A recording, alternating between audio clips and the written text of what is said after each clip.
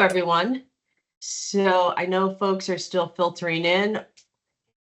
If you're here to see unlocking partner potential, strategies for engagement, effective business planning, and data-driven insights, you are in the right place.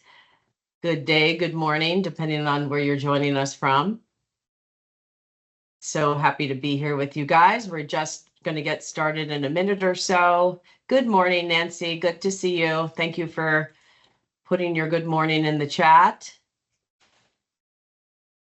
And Emma, you can just give me the cue. If most of the folks are out of the waiting room, we can get started. Yes, it looks like so. People will probably trickle in over the next couple of minutes here, but I think we're pretty good to roll, Lynn. Sounds good. Okay. Good day, everyone. Lynn Tellefsen Stehle, Head of Client Collaboration at Nexl, here with you this morning for unlocking partner potential, strategies for engagement, effective business planning, and data-driven insights. We thought it's the holiday season, but it's also business planning season. So we thought this would be a timely time for us to present this to you. And thank you for joining us today. I would like to introduce my speakers.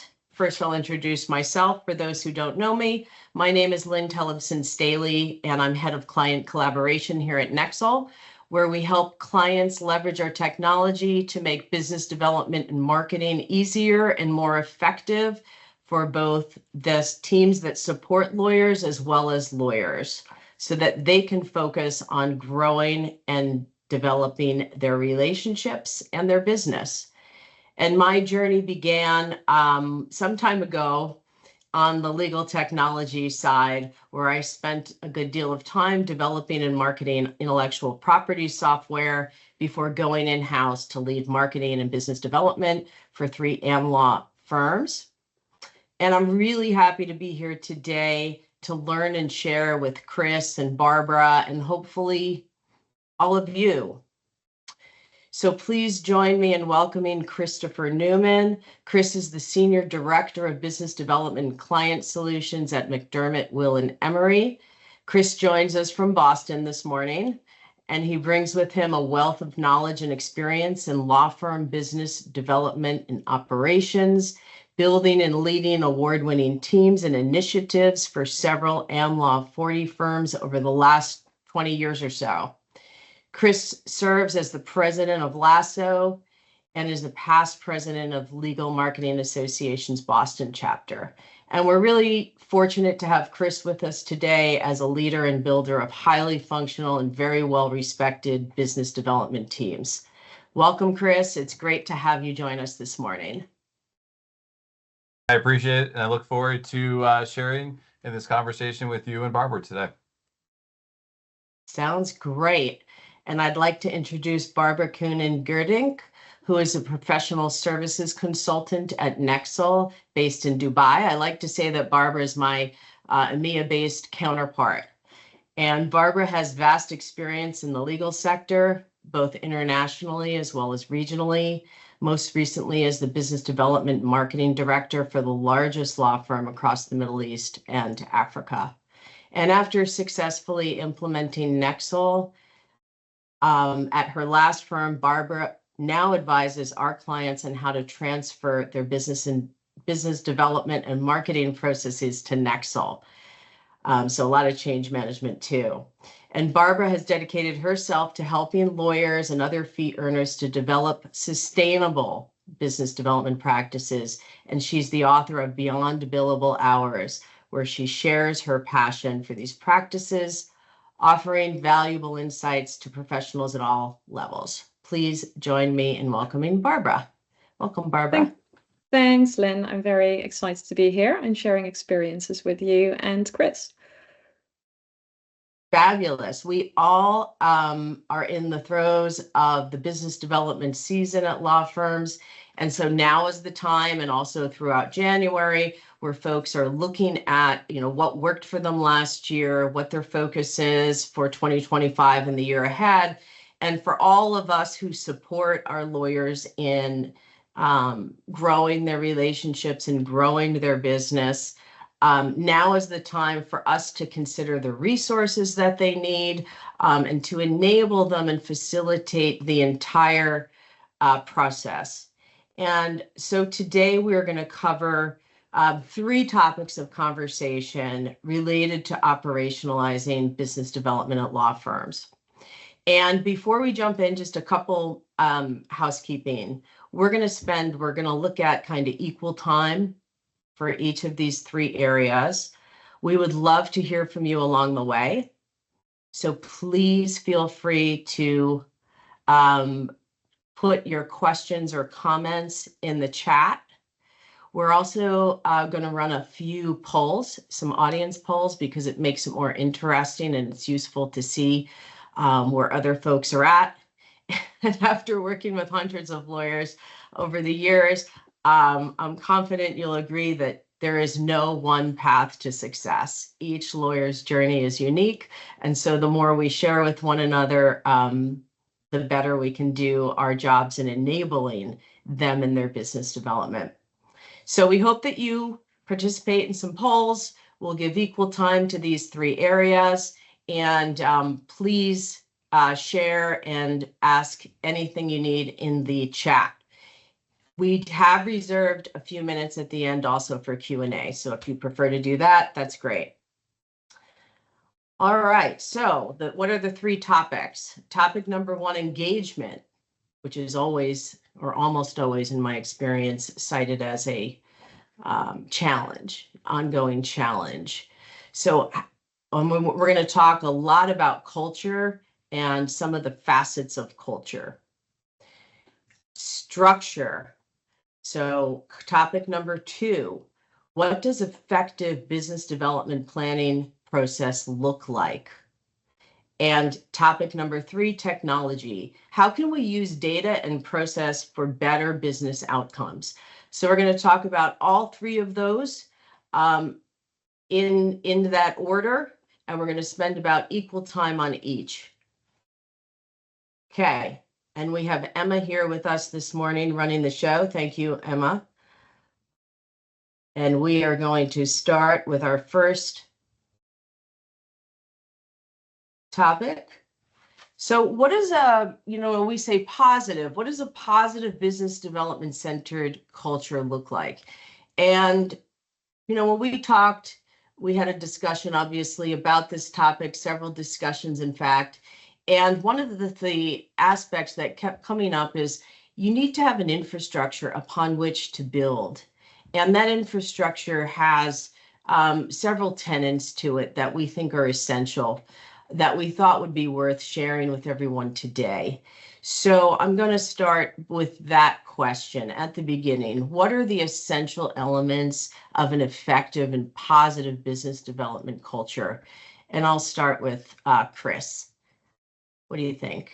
Yeah, thanks, Lynn. I mean, when you think about a positive BD culture, it's one that is built on reinforcement and really centers around collaboration. When you think about the growth that a law firm, intends on having on an annual basis, a lot of it aligns to current work that's being done, but also expansion of work and looking for growth opportunities that really allow the lawyers to think about, how do I bring other partners, other lawyers into the equation and really reinforce that through effective collaboration. Part of what I've been able to experience both at McDermott as well as some of the other law firms I've been at is when you have a collaborative culture, one that is really built on growth and thinking through the opportunities as a holistic viewpoint, it creates a stimulated variable where partners feel like they're engaging in a team sport rather than a lone wolf sport. And I think a lot of times it's being able to knock down those walls and really articulate the benefits of what the client wants to see, what the client really wants to think about. And central to, what our operation, focuses on to create that BD-centered culture is really the voice of the client and thinking through the variables that allow us to share in a much more broader sense what our clients are saying, what their needs are, and how do we align to that to create the right engagement, to create the right resources, the right right attorneys to help support our clients' goals. As part of our overall culture, we're constantly looking for ways to train our lawyers to really have a centralized viewpoint of what our philosophy is. I think one mistake a lot of law firms do is that they go out and sometimes will fracture what their BD culture looks like because they bring in a lot of voices that may not have alignment to strategy or the overall objective.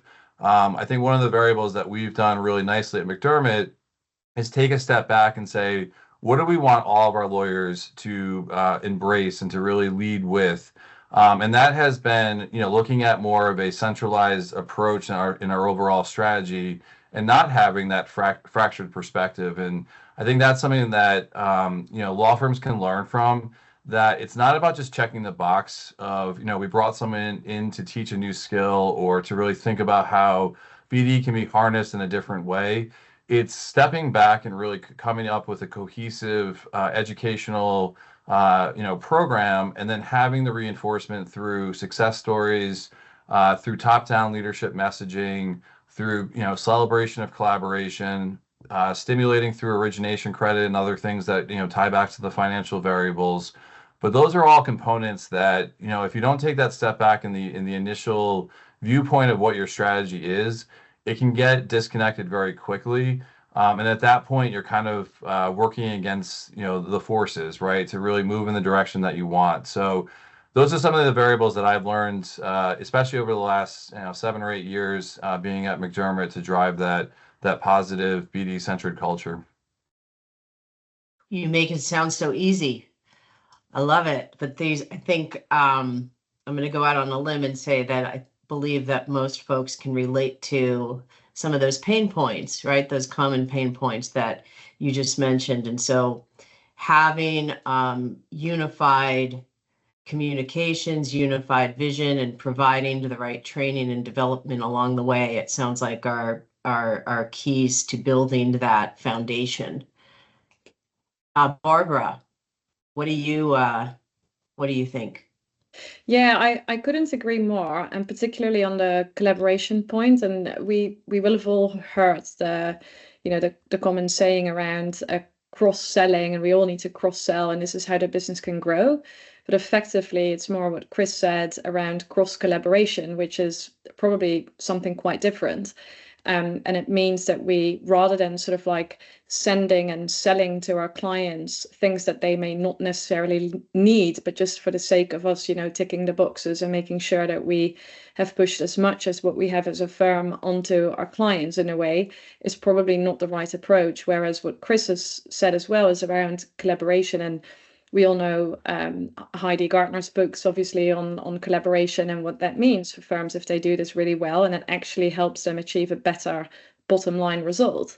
So it is very much listening and understanding client needs, and then bringing that as a whole, collaboratively as a collective effort, effectively, to your clients by listening to them and understanding it.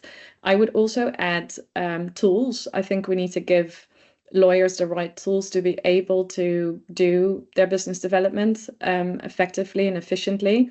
And I've seen firms where the tools were, quite frankly, just not available, but the expectation of the firm was there. So there was a certain expectation of business development that had to be done, but the tools weren't provided, and that makes it really difficult for lawyers to actually engage with it. So that, I think, is part of a good or a positive business development culture, is where the firm is fully set up to support their lawyers to do what the firm wants them to do. Agree. I couldn't agree more. So they have to have the right knowledge, training. The firm needs to be unified as far as its vision for business development, and having the right tools that enable collaboration. There was also something that, Chris, that you had mentioned that I want to just dig into a little bit, which is the topic of incentivizing business development. So let's just take a look at that, balancing the intrinsic and extrinsic motivations of people, and in this case, lawyers, to drive revenue.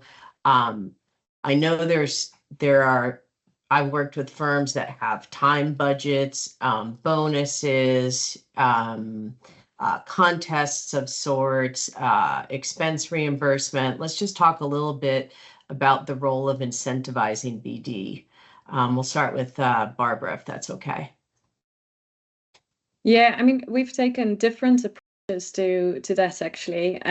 We've done what you said, you know, the reimbursement game, as in if you don't put your activities through, for example, the system, or if you don't fill out your trip report after you've come back from a business development trip, you won't get reimbursed for your expenses.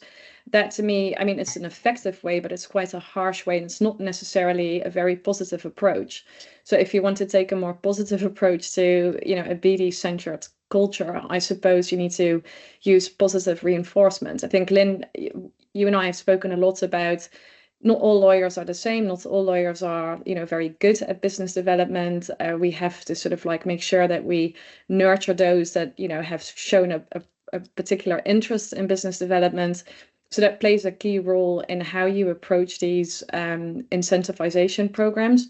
But I've been involved in lots of different ones, from, you know, a BD challenge, for example, where we had set up, you know, a sort of like gamification on getting lawyers a little bit more on the business development side. They would acquire points for all the BD activities, the various BD activities that they could do. And then we would set up a leaderboard, and at the end of it, we would basically give out a prize, and we would run that over either a month or 3 months or even 6 months. And it has worked really well when you do it team by team. I think on an individual basis, it's again a little bit harsh, because you will have one at the very top of the list and one at the very bottom. No one wants to be at the bottom. And that can also create a culture which isn't actually very positive. You know, it's already a very competitive setting that we operate in. So would you want to motivate that type of activity, or do you try to keep a balance? Got it. So there's, you know, we try all different pieces, but having, you know, unifying, sometimes making it fun. You know, what I'm hearing from you is, how do we keep this fun so folks are engaged? Chris, what's your take on incentivization in the BD structure? Yeah, I mean, I definitely agree with what Barbara said, and you know, I like the word fun that you use, Lynn, because you know, when I think about where you know, McDermott was a number of years ago, when we were really setting out to differentiate ourselves from, you know, what I would perceive as a more conservative platform in the, you know, the early 2010s, to much more progressive and thinking more creatively of how do we, you know, become that you know, that premium, you know, that escalated premium law firm that we intended to be. Our chairman actually used 3 words to really motivate and drive our culture. It was collaboration, results, and fun.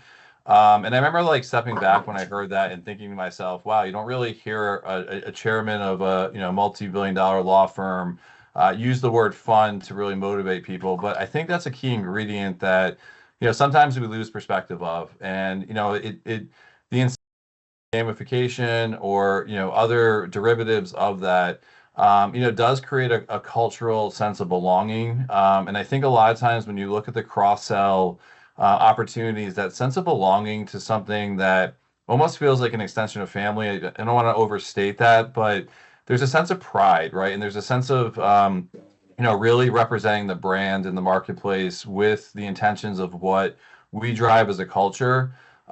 We have a motto internally that is aligned to a concept of always better. And that really, you know, comes back to our service delivery. It comes back to how we collaborate. It comes back to just what the, you know, the sort of the McDermott ethos is. And the reason why I bring that up is because I think that same mentality drives into our culture with business development. We're constantly using case studies to reinforce the positive energy around, you know, specific opportunities that motivates and drives our partners. You know, Barbara made a really good point, which is that, you know, not all lawyers are you know, sort of skilled in the same way. They don't necessarily have all the same intentions of, you know, wanting to be rainmakers. But I think there is a piece to that when you think about, you know, an AmLaw 100 law firm environment, there is an expectation. And so when you have that expectation, you have to bring cultural you know, variables into play to make sure that the lawyers understand what their objectives are and to get them outside their comfort zone. If we think about like Dr. Larry Richard, right? He's done a lot of studies on the lawyer brain and sort of the variables that differ from what you would see with a traditional salesperson. And I think when you get into psychology of how lawyers actually operate on a day-to-day basis, you can get ahead of it, especially if you have the right BD sophistication, both from the operation as a whole, but also the talent that surrounds them. So I think that's a big piece where, having stakeholders that are business professionals, they're not practicing lawyers, where they can really introduce a new perspective and get alignment there, I think creates a different wave of thinking. We are a little bit different where we have seen a lot of traction with aligning expense reports, reimbursements to integration into our CRM system.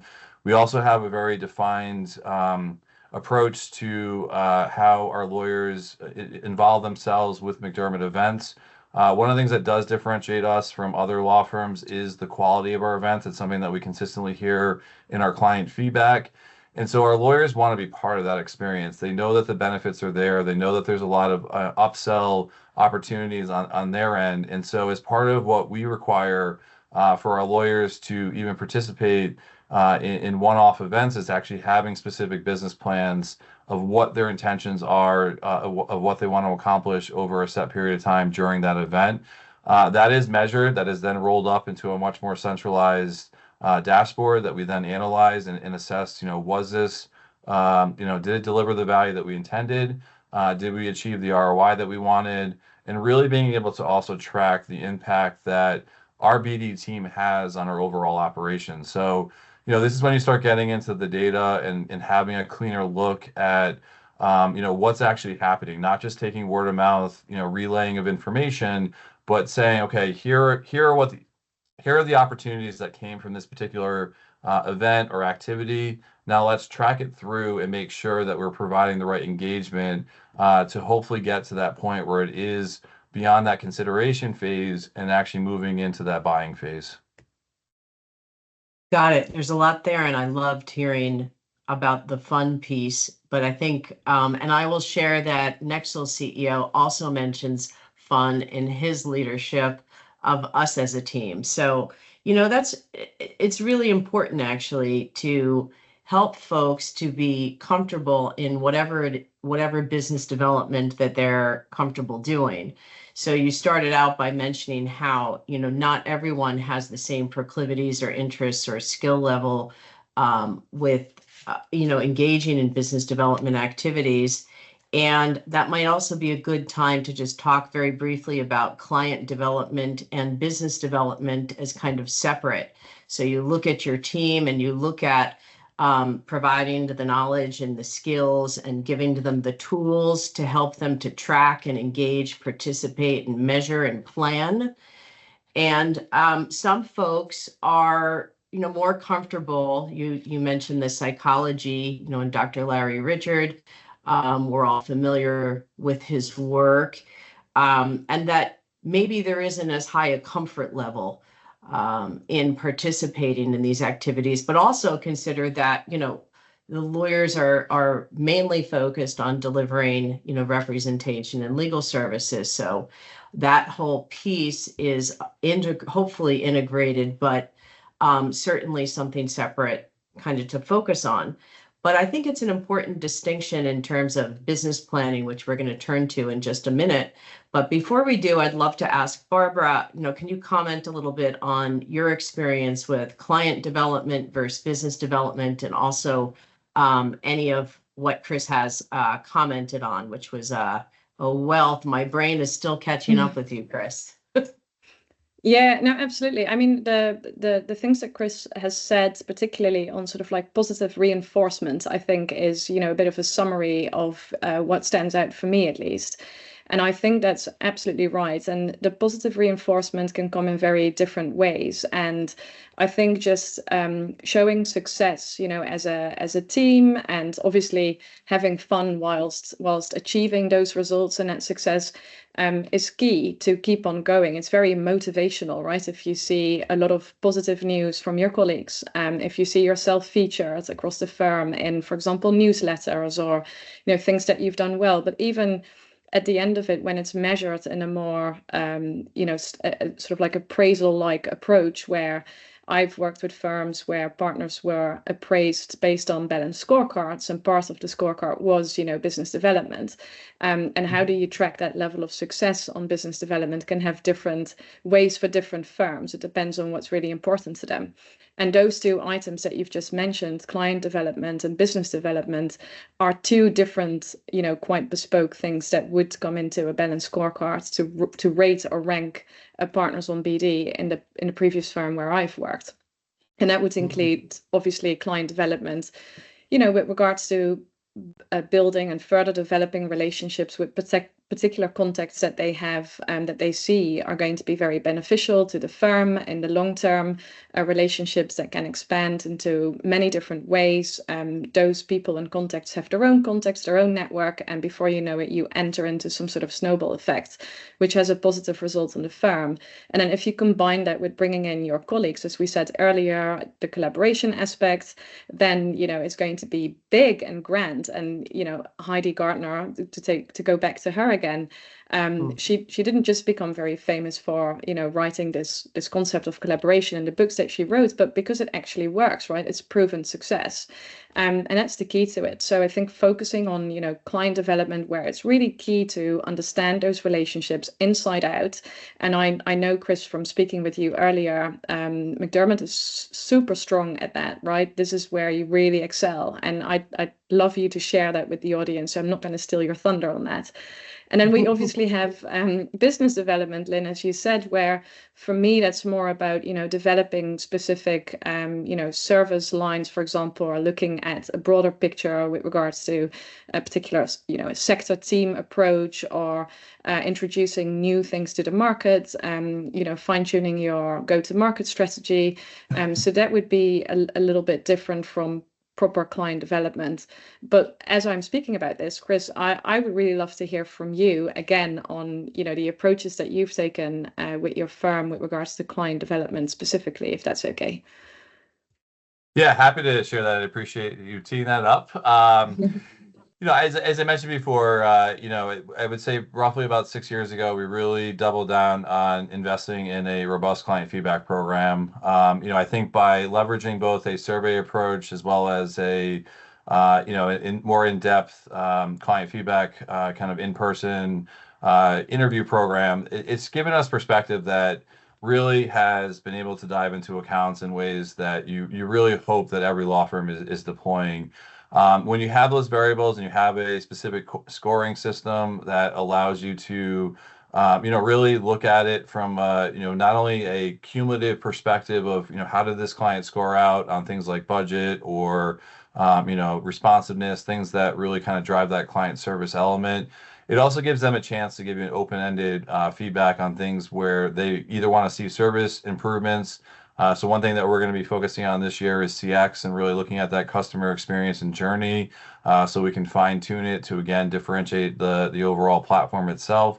I think the other thing too, in addition to that, is really, when we bring in things like Net Promoter Score, right? How do we leverage the contacts that are really willing to speak on our behalf, both internally at their own operation or potentially even, more broadly in the marketplace? So really concentrating on those types of contacts and being much more engaged around that. I think also, as you look at all the different tactics to engage clients, it's really thinking about how do we, again, start cumulatively looking at this information in a much more matter-of-fact way, have a, either a scoring system or something that allows you to really get a quick read and pulse on how you're doing with a particular client. Making sure that if there are specific opportunities within that relationship that you've identified for either growth, or it could even be protecting your work, right? Making sure that competition's not coming in, ensuring that you've had the right level of engagement on whatever service line that you're concentrated on. And then also knowing when to double down on things, when to really think about ways to, think about different tactics to engage differently. Those are all things that we, have built out. We continue to evolve. I think that's a big theme that I would say, carries through with all this presentation today, is really the evolution. You never want to get complacent with just, okay, this is working, therefore we should move on to the next thing and forget about it.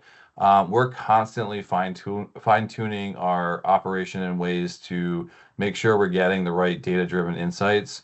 And that to me is where the client development aspects really come in. I think also as we go into business planning, getting that feedback from the partners, understanding, from their perspective, what do they anticipate to be going on with that client, and how do we wrap our arms around that, whether it be for growth opportunities or we have a concern that we might lose work.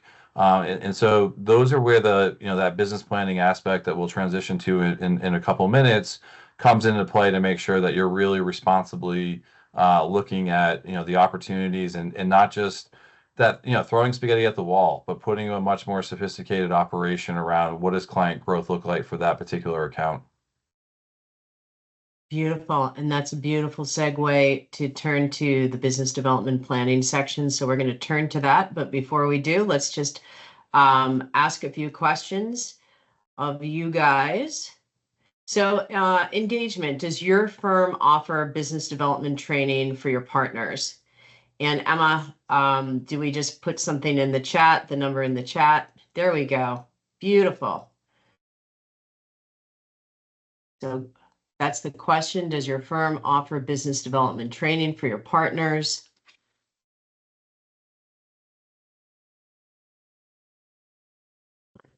There we go. They're coming in. Don't be shy. Don't be shy. Annually, continuously. And so that's a point that you brought up just a minute ago, Chris, is not to get complacent.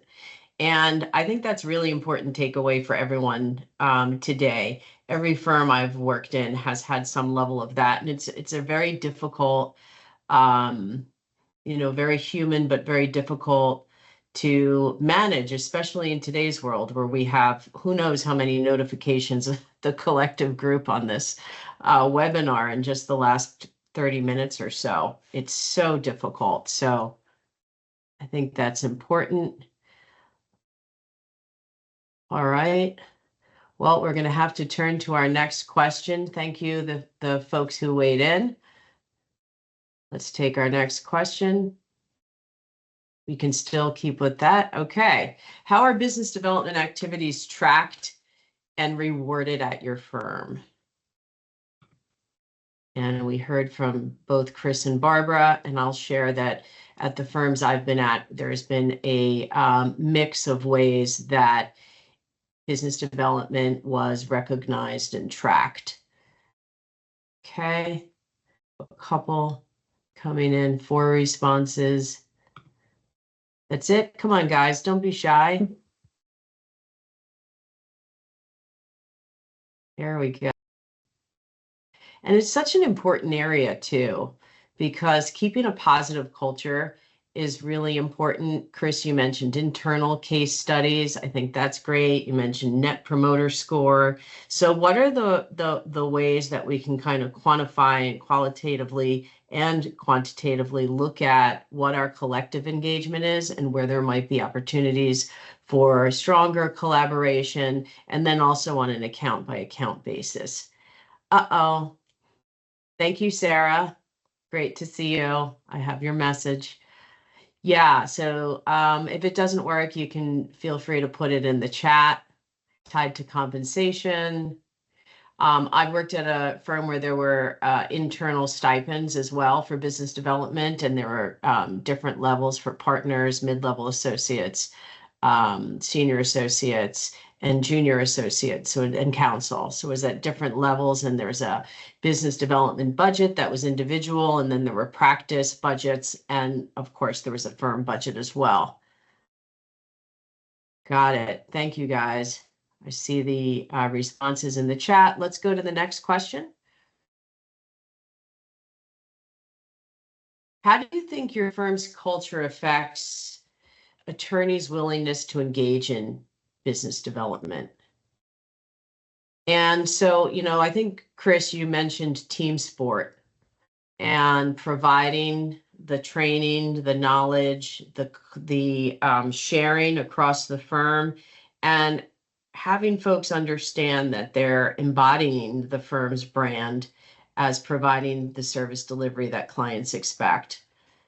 So here we have the willingness to engage in business development. How do you think your culture affects that? Okay. Positive. I love the positivity. Positive energy is contagious. My friend Robin Addis said that this week, and it really struck me. And it is. So I love seeing that. Positive, positive, positive, positive. We are ready to tackle business development plans. Thanks, guys. Let's turn to that. Let's turn to that right now. So, what is it? Let's look at the process. We're right here in the throes of the process. What does an effective business development planning process look like? Barbara, let's start with you. Yeah, where do I start? I mean, I effectively wrote a book about it, so I should know a thing or two on it. That's all. Yeah. I mean, is this something, we're talking here, we're talking about partner potential, but of course, all lawyers as well. Is this, I know we talk a lot about the templates. I have a lot of conversation about which template is the right template. Is this about templates, or is this more a process of unification of talking to lawyers individually, in groups, both? We talked about collaboration. How does the process correlate to that?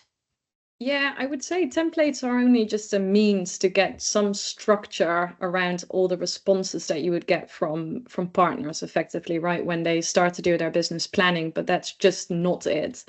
I think we really have to focus on a few key elements, and the way you basically write them down doesn't really matter. I mean, for firms, it's just easier to have a template, for example, to have some structure, and they can bring pieces of different plans together and, make sure that it all makes sense overall. But generally, there's a few points that Chris has already touched on earlier, which is very much bringing that back to the client development as well as business development, because we need to understand what is the real focus. We need to understand and listen to our clients to know where are they going to spend their budget, their legal budget next year? What does that budget look like? How can we get a piece of the pie as a firm? How do we continue to work that clients to improve our revenues on that front? Are there any major projects coming up? Like, there's hundreds of questions that come to my mind that need to be brought to clients before you can actually start business planning, because you need to understand the skill and the size of your market, right? You need to know who is your audience. And those are the things that you need to bring down. So effectively, the one question is for partners when they start their business planning: how are you going to make your budget? Because that's effectively what they need to do at the end of it, right? They need to bring in the results. So at the beginning of the year, at least from my experience, the business would have set out what that budget looks like. Like, what is it that all these different departments will have to make in terms of revenue with the people that they have on. Now, we as a business development and marketing team would come in to also argue the market conditions. Like, what do we see in terms of trends coming up for the year? What are the opportunities in the market? Where should we be? How should we market ourselves? Like, what does our go-to-market strategy look like? So all these elements would come together, and then you can start to plan either individual business plans or sector business plans, departmental business plans. I know, Chris, you have so many as well going around across the organization.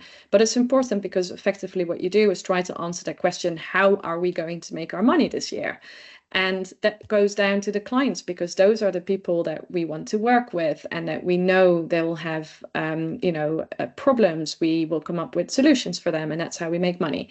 So that's the starting point for me, is really to understand our target audience. And then we get into how are we going to bring these people through our sales funnel, and how are we going to stay really closely connected to them to turn them into revenue generating contacts effectively. So that then ties into financial forecasting, but we can talk about that later.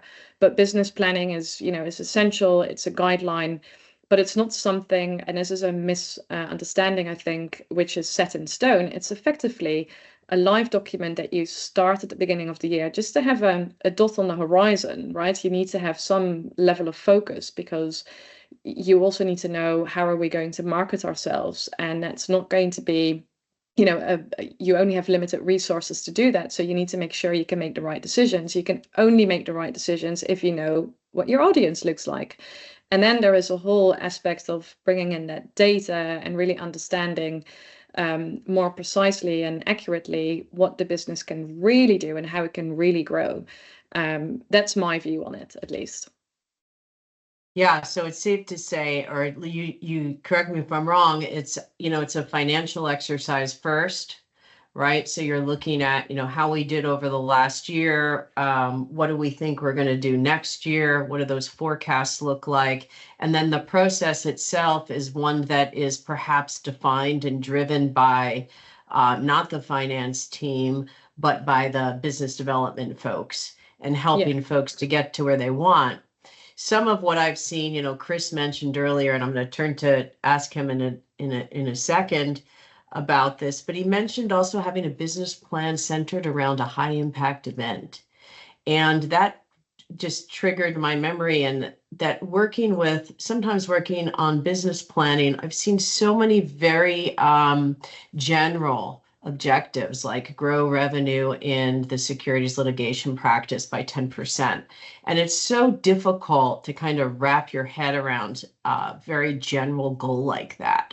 And so I'm very interested in kind of this notion of having business plans within business plans, if I will. So, here is my overall goal and my big why, but the little steps to get there really is what becomes the business plan.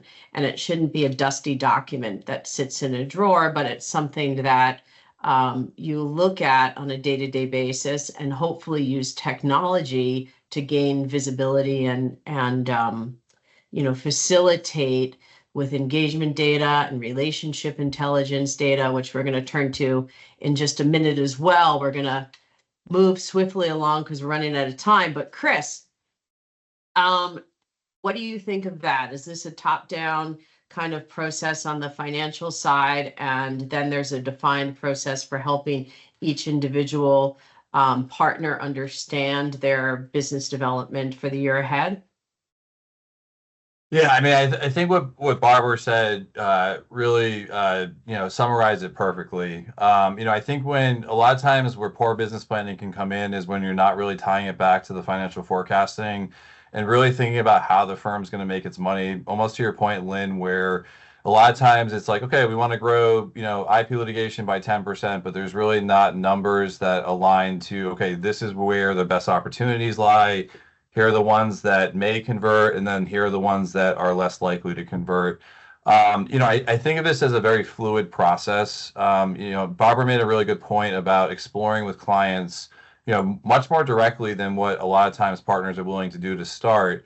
Having that end of the year conversation, not only, discussing things like rate increases or the value impact made by the services that your law firm provided, but also those exploratory conversations to really inquire about what's on the horizon, because I think that allows the partners to project a lot more accurately when they are going into that new year and thinking about where is my revenue going to come from? How do I actually articulate this on paper or in a more centralized technology system? I think a lot of times people sort of get in this business planning process and they do it and they forget about it, or they use it as a educational experience, which I actually do think there's a lot of benefits to that. It is a very ripe opportunity to just step back and learn and figure out what you need to know going into the new year. But the more sophisticated operations I think are looking for ways to integrate it into, say, our CRM system, having a much more collaborative relationship with finance and other stakeholders to understand what their objective is, and how do you piggyback on that to tie it back to your success as you look to plan on the individual lawyer component, as well as roll it up into practice or service plans. One of the things that we benefited from at McDermott several years ago was We were trying to address an issue with our financial forecasting with getting the partners to populate Excel spreadsheets. And a lot of that was manual labor that finance was putting in to distribute those Excel spreadsheets to the various partners.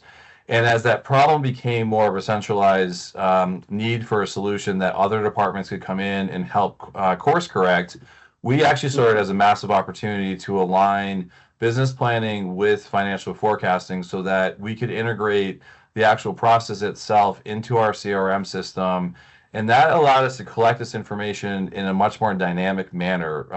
So not only were we getting the financial projections, we were getting that straightforward articulation of, whether a client was going to grow, whether we're going to stay flat, or there was chance of opportunity to lose the client. It also helped us identify new logos. And then I think to Barbara's point a couple minutes ago, asking the partners directly specific, one or two questions where it helps facilitate where your investment should go in terms of, creating campaigns, looking for opportunities to cross-pollinate through cross-sell.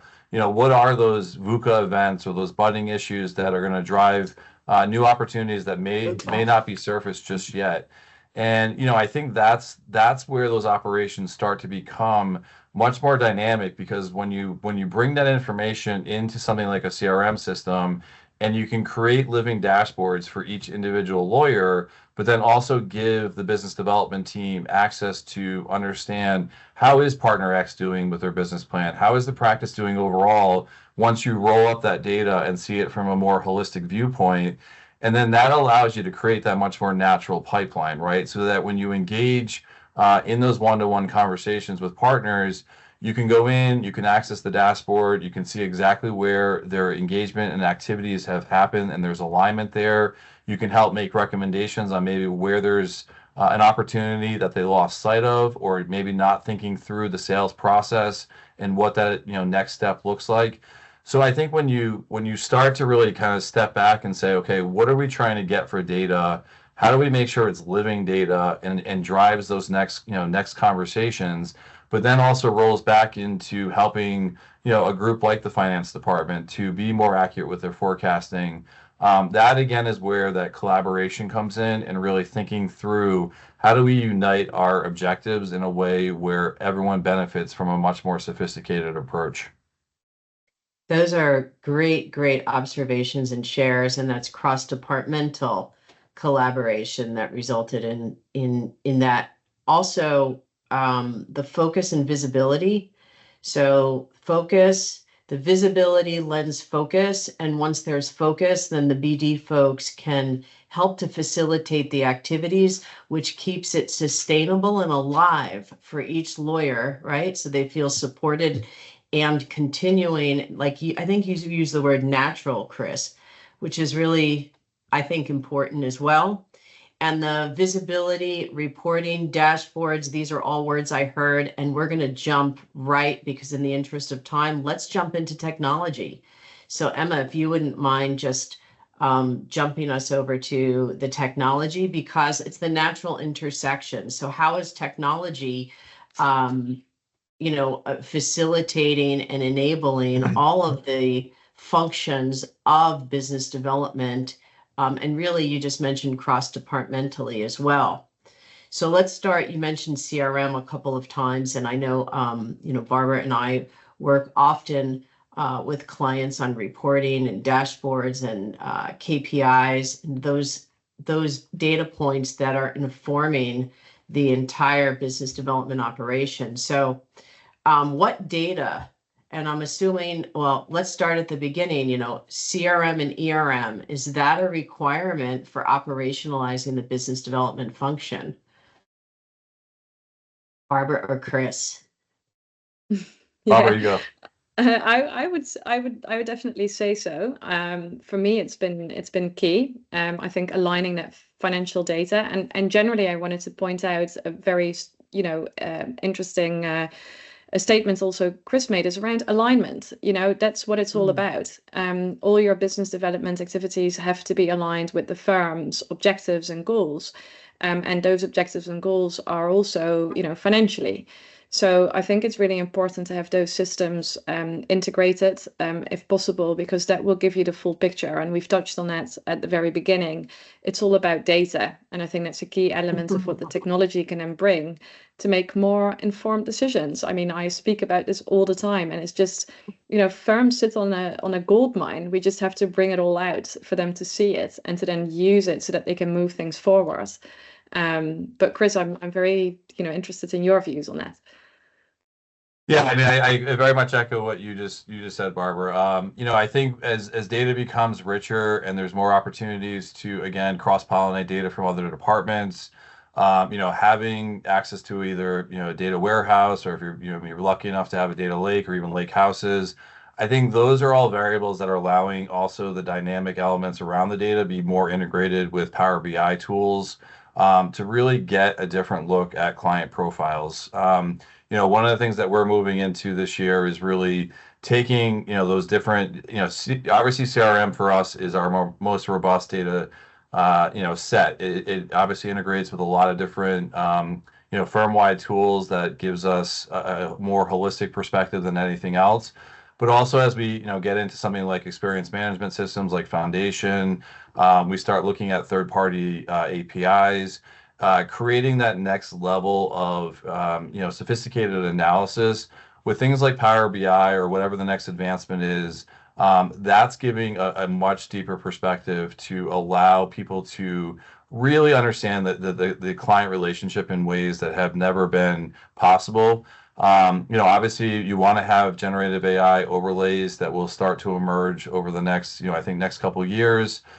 So that it will only create better efficiencies and really kind of mapping out where those, robust opportunities could be that are, hiding beneath the data and you really can't see. So for me, CRM is the starting point. There's other ancillary technology platforms that, I think ultimately have a centralized role to this overall kind of how are we doing with our business plans? How are we doing with our forecasting and achieving our revenue goals? And that's personally what excites me every day now is just seeing, how do we do something cool where we can look at this from a much different lens than we've ever had before, and then use that from the BD perspective to educate our lawyers to really, get involved actually with direct client conversations and being more, thoughtful with, what we're seeing and how do we interact with solutions that align to our clients' needs. That's beautiful. So really I've never seen an era where, business development and marketing can have more of an impact on their firms that they do today. And it sounds like you're looking at all of that data relative to clients, relative to markets, relative to the perspective of your lawyers, and you're looking for ways to synthesize that data and to provide actionable insights to your lawyers so that they feel supported and closer to the needs of the clients. And the data. Well, I think it also allows us to teach, going back to that curriculum and the training programs. I mean, one of the things that we are constantly monitoring is, what are we learning from the data? What are we learning from things like client feedback? And then saying, okay, is this a more centralized theme that we need to educate, train on?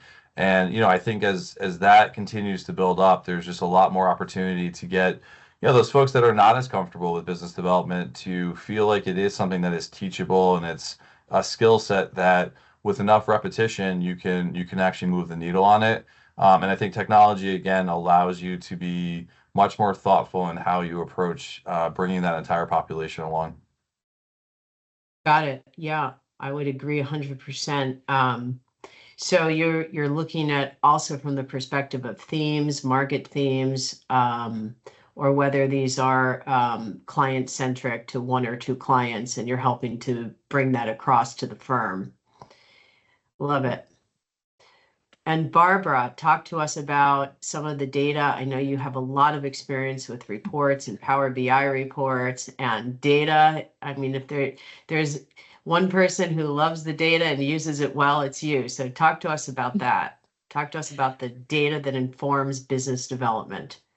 I do definitely love my data, and I couldn't recommend it highly enough to anyone really start, if you haven't done so already, to really start looking into it, because we at my previous firm, we used it very much to, again, back to alignment. Things like, for example, we as the marketing team in the business development and marketing department, they would be looking at specific campaigns.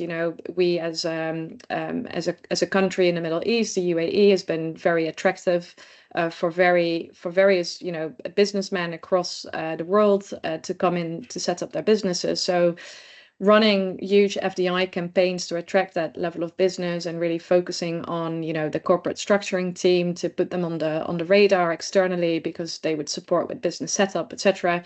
That would have required a lot of our marketing efforts and initiatives, and we'd done all the research and scoping, so that was a viable case for us to focus on.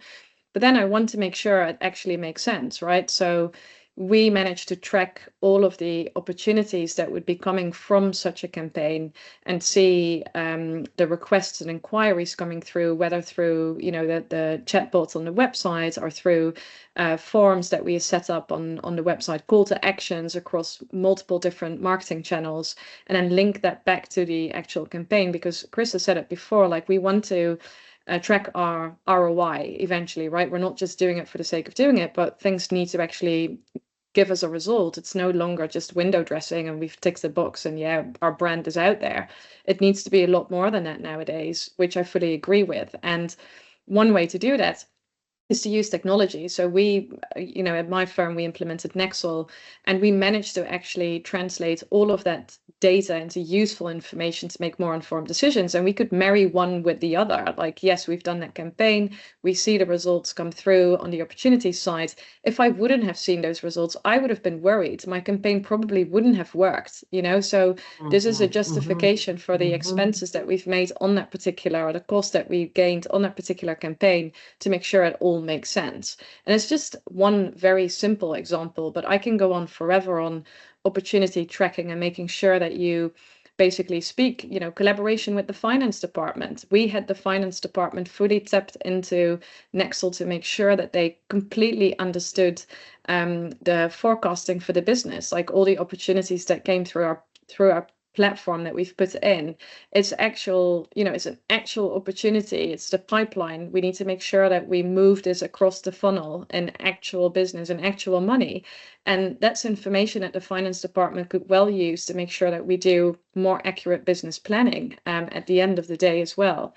So, I mean, there's so many different use cases and scenarios that I can come up with that can really tremendously help the business to move forward. But we will be speaking forever on that topic. So, yeah, I'll keep quiet for now.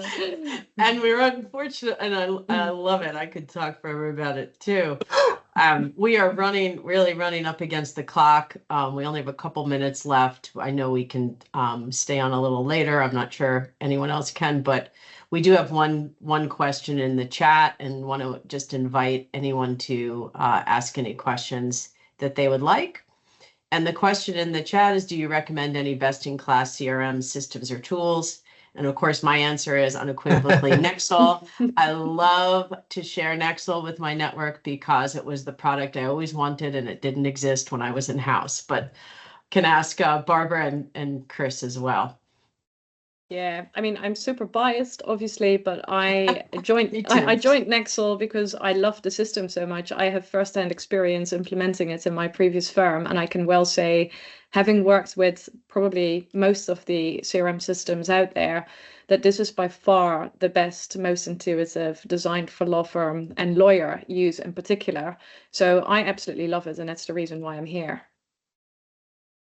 And Chris, you can give us an alternate point of view. Yeah, I mean, look, I've heard fantastic things about Nexl. I think for our organization, we went down a different path than our active Salesforce users. So I think for us, it fit the need of what we wanted to do as an organization. But obviously that is a very different platform that may not be right for everyone. So I think part of it is understanding what do you have for the right culture, how do you bring in the right operating system, and Nexl is a fantastic option that many customers have had success with. So I think it's really just that evaluation of what is the best fit for our intentions. Got it. No one size fits all.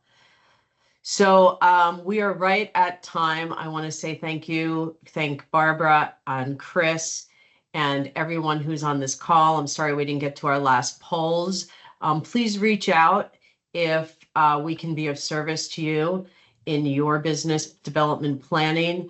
And a big thank you to Emma for being our host today and kind of running the show. Hope to have a happy, healthy holiday season wherever you are. And we look forward to next time. So thanks for joining. Thanks, everyone. Thank you, Lynn. Thanks, Chris. Thanks, Thanks, Lynn. Barbara. See you, Barbara. Yep. Take See care. you guys.